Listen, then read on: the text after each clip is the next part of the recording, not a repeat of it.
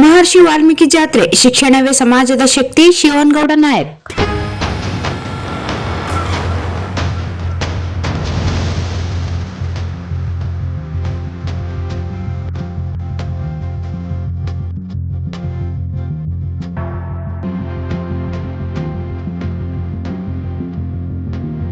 ಇಂದು ನಾವು ಕೇವಲ ಜಾತ್ರೆ ಆಚರಿಸಲು ಇಲ್ಲಿಗೆ ಬಂದಿಲ್ಲ. ನಾವು ಸಮಾಜದ ಭವಿಷ್ಯವನ್ನು ರೂಪಿಸುವ ಸಂಕಲ್ಪ ಕೈಗೊಳ್ಳಲು ಸೇರಿದ್ದೇವೆ.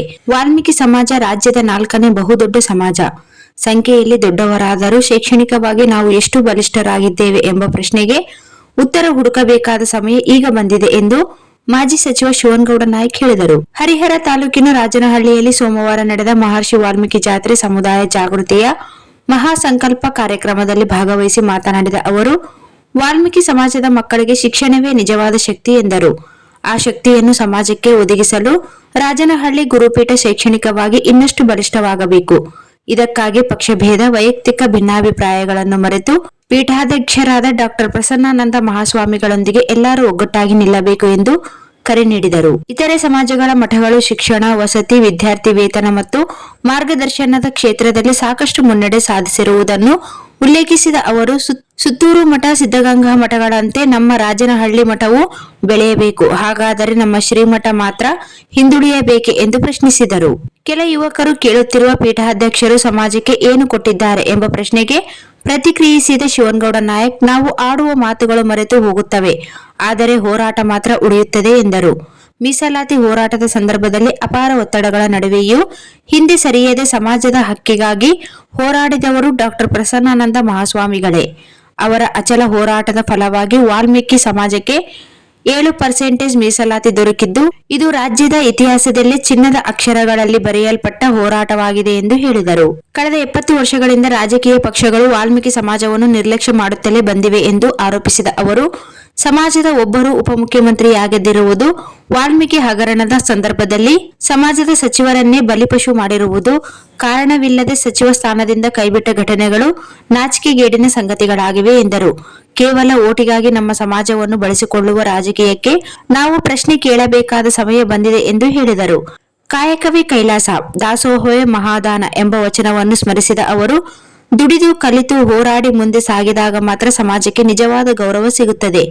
ಮಹನೀಯರು ಹಾಕಿಕೊಟ್ಟ ದಾರಿಯಲ್ಲಿ ನಡೆಯುವುದು ನಮ್ಮ ಕರ್ತವ್ಯ ಮಾತ್ರವಲ್ಲ, ಹೊಣೆಗಾರಿಕೆಯೂ ಹೌದು ಎಂದು ತಿಳಿಸಿದರು. ಕೊನೆಗೆ ಅವರು, ಶಿಕ್ಷಣಕ್ಕೆ ಬೆಂಬಲ ನೀಡೋಣ, ಗುರುಪೀಠವನ್ನು ಬಲಪಡಿಸೋಣ, ಒಗ್ಗಟ್ಟಿನಿಂದ ಮುಂದೆ ಸಾಗೋಣ ಎಂದು ಸಮಾಜದ ಬಂಧುಗಳಿಗೆ ಕರೆ ನೀಡಿದರು.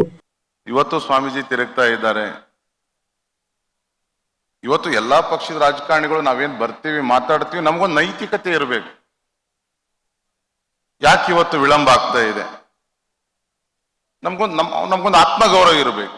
ಈ ಸ್ವಾಮಿ 2 ವರ್ಷ ಆಯ್ತು, 2.5 ವರ್ಷ ಆಯ್ತು ಮೀಸಲಾತಿ ಜಾರಿ ಆಗಿ.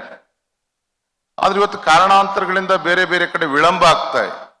ಇವತ್ತು ಎಲ್ಲಾ ಪಕ್ಷದವ್ರು ನಾವು ಯಾವ ರೀತಿ ಒಗ್ಗೂಡಿ ಸ್ವಾಮೀಜಿಯವರ ಮನವಿಗೆ ಸ್ಪಂದಿಸಬೇಕು, ಸಮಾಜದವ್ರ ಮನವಿಗೆ ಸ್ಪಂದಿಸಬೇಕು, ಅದನ್ನ 100% ಕ್ಲಿಯರೆನ್ಸ್ ಮಾಡಿಸ್ಬೇಕು ಅಂತಕ್ಕಂಥದ್ದು ಆ ಬದ್ಧತೆ ರಾಜಕಾರಣಿಗಳಲ್ಲಿ ಇರಬೇಕಾಗ್ತದೆ.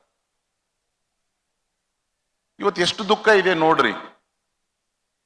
ರಾಜ್ಯದಲ್ಲಿ 2 ಜನ ಮಂತ್ರಿಗಳು ನಮ್ಮ ಸಮಾಜದವ್ರನ್ನ ತೆಗೆದಾಕ್ತಾರೆ. ದುರಂತ ನೋಡ್ರಿ ಹೆಂಗಿದೆ. ವಾಲ್ಮೀಕಿ ಸಮಾಜದಾಗ ಇರ್ತಕ್ಕಂಥ 187 ಕೋಟಿ ಸರ್ಕಾರದಾಗ ಪೋಲ್ ಆಗ್ತದೆ. ಇದು ಇವತ್ತಿನ ಬಂದಿದ್ದಲ್ಲ, ಹಿಂದಿನ ದಿನದಲ್ಲಿ ನೋಡ್ರಿ ನಮ್ಮವ್ರ ಮೇಲೆ ಏನಾದ್ರು ಹಾಕಿ ಮಂತ್ರಿಗಳನ್ನ ತೆಗೆದಾಕೋದು, ಅದೇನೋ ವಾಲ್ಮೀಕಿ ನಾಯಕ ಸಮಾಜದ ಒಂದು ದುರಂತ ಅದು. ಇವತ್ತು ನಾನು ಹೇಳೋದು ಏನಂತಂದ್ರೆ, ನಾವೆಲ್ಲ ಇನ್ನೂ ಸಮಾಜದ ಚಿಂತನೆಗಳು ಬದಲಾಗಬೇಕು. ಸಾಕಷ್ಟು ಜನ ನನಗೆಲ್ಲ ಆ ಮೀಡಿಯಾದಲ್ಲಿ ನಿನ್ನೆ ಮೊನ್ನೆ ಕಾಮೆಂಟ್ ಮಾಡಿದ್ರು, ನೀವು ಬರೀ ಜಾತ್ರೆ ಮಾಡ್ತೀರಿ, ಜಾತ್ರೆ ಜೊತೆಗೆ ಬೇರೆ ಏನಾದರೂ ಆಲೋಚನೆ ಮಾಡಿ. ನಾನು ಸ್ವಾಮೀಜಿ ಅವ್ರ ಹತ್ರ ವಿನಂತಿಯನ್ನು ಮಾಡ್ತೇನೆ, ಜಾತ್ರೆ ಜೊತೆಗೆ ಏನಾದರೂ ಒಂದು ಬದಲಾವಣೆ ಮಾಡ್ರಿ, ಒಂದು ಹೊಸ ಆಲೋಚನೆ ಕೈ ಹಾಕ್ರಿ ಸ್ವಾಮೀಜಿ ಅವರು. ಬೇರೆ ಯಾವ ರೀತಿ ಸಿದ್ಧಗಂಗಾ, ಸುತ್ತೂರು ಯಾವ ರೀತಿ ಶೈಕ್ಷಣಿಕ ಸಂಸ್ಥೆಗಳನ್ನ ಕಟ್ಟಲಿಕ್ಕೆ ಹೆಜ್ಜೆಯನ್ನು ಇಟ್ಟಿದ್ದಾರೆ, ಆ ರೀತಿ ಸ್ವಾಮೀಜಿಗಳು ಕೂಡ ಆ ಹೆಜ್ಜೆಯನ್ನು ಹಾಕ್ಬೇಕು. ಅವ್ರ ಹೆಜ್ಜೆಗೆ ನಾವೆಲ್ಲ ರಾಜಕಾರಣಿಗಳು ಪಕ್ಷಾತೀತವಾಗಿ ಬೆನ್ನೆಲುಬಾಗಿ ನಿಲ್ಬೇಕು. ಅವಾಗ ಮಾತ್ರ ನಾವೆಲ್ಲ ಏನಾದರೂ ಒಂದು ಸುಧಾರಣೆ ಆಗಲಿಕ್ಕೆ ಸಾಧ್ಯ ಇದೆ. ಇವತ್ತು ನಾನು ಹೇಳಿದೆ ಗುರುಗಳಿಗೆ, ಸಿದ್ದರಾಮಯ್ಯ ಸಾಹೇಬರು ಬಂದ್ಮೇಲೆ ಮಾತಾಡ್ತೀನಿ, ನಾನು ಕೊಡಬಾರ್ರಿ ಅಂತ ಹೇಳಿದೆ, ಆದ್ರೂ ಕೊಟ್ಬಿಟ್ರು.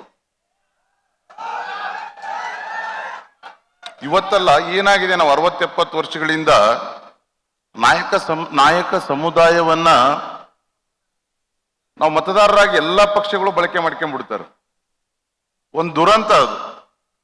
ನಾವು ರಾಜ್ಯದಲ್ಲಿ ದೊಡ್ಡ ಸಂಖ್ಯೆಯಲ್ಲಿ ಇದ್ದೇವೆ, 4ನೇ ಸ್ಥಾನದಲ್ಲಿ ಇದ್ದೇವೆ, ಅದೆಲ್ಲ ಕರೆ. ನಾವು ಬ್ರಿಟಿಷರ ವಿರುದ್ಧ ಹೋರಾಡಿದ್ದೀವಿ. ವೀರ ಮದಕರಿ ನಾಯಕ, ವೆಂಕಟಪ್ಪ ನಾಯಕ, ಸಿಂಧೂರು ಲಕ್ಷ್ಮಣ, ಏಕಲವ್ಯನಿಗೆ ಅವತ್ತು ಯಾಗಿತ್ತು ಅಂದ್ರೆ ಆತನ ಬೆರಳನ್ನ ದಾನವಾಗಿ ತಗೊಂಡ್ರು. ಇವತ್ತು ಕುತಂತ್ರದಿಂದ ನಮ್ಮ ಮಂತ್ರಿಗಳನ್ನ, ನಮ್ಮ ಸಮಾಜದ ಮಂತ್ರಿಗಳನ್ನ ಕುತಂತ್ರದಿಂದ ಹೆಂಗ್ ಏಕಲವ್ಯನಿಗೆ ಬೆರಳನ್ನ ತಗೊಂಡ್ರು, ಇವತ್ತು ನಮ್ಮವ್ರ ಅಧಿಕಾರವನ್ನ ಕಿತ್ಕೊಳ್ತಕ್ಕಂಥ ಕೆಲಸ ನಮ್ಮ ಸಮಾಜದಲ್ಲಿ ಅನ್ಯ ಸಮಾಜದಿಂದ ಆಗ್ತಾ ಇದೆ. ಇದೆಲ್ಲ ಒಂದು ದುರಂತ. ಇದು ನೋಡ್ರಿ, ಇವತ್ತು 2.5 ವರ್ಷ ಆಯಿತು. 1.5 ವರ್ಷದಿಂದ ಒಬ್ಬರೇ ಮಂತ್ರಿ, ಇನ್ನ 2 ಮಂತ್ರಿ ಪೋಸ್ಟ್ ನಮ್ಮ ಸಮಾಜಕ್ಕೆ ಇರ್ತಕ್ಕಂಥ ಖಾಲಿ ಇದ್ದಾವ. ಕೊಟ್ಟು ಯಾರಿಗಾದ್ರೂ ಆಗಲಿ. ಇಲ್ಲಿ ವೇಣುಗೋಪಾಲ್ ಇದ್ದಾನಲ್ಲ, ಯುವಕ ಇದ್ದಾನ, ಯಾರೋ ನಮ್ಮವ್ರು ಇದ್ದಾರೆ, 15 ಜನ ಇದ್ದಾರೆ. ಅದನ್ನ ಯಾಕೆ ಮುಚ್ಚಿಡ್ತೀರಿ? ಹಾಗೆ ಯಾಕೆ ಇಡ್ತೀರಿ? ಕೊಡ್ಬೇಕಲ್ಲ ಸವಲತ್ತು. ಸವಲತ್ತು ಕೊಡದೆ ಹೋದ್ರೆ ಅನ್ಯಾಯ ಆಗ್ತದೆ. ಆಯ್ತು, ಯಾವಾಗೋ ಒಂದಿನ ಬರ್ತೀರಿ, ವೇದಿಕೆ ಮೇಲೆ ನಿಲ್ತೀರಿ, ಅದು ಮಾಡೀನಿ ಇದು ಮಾಡೀನಿ.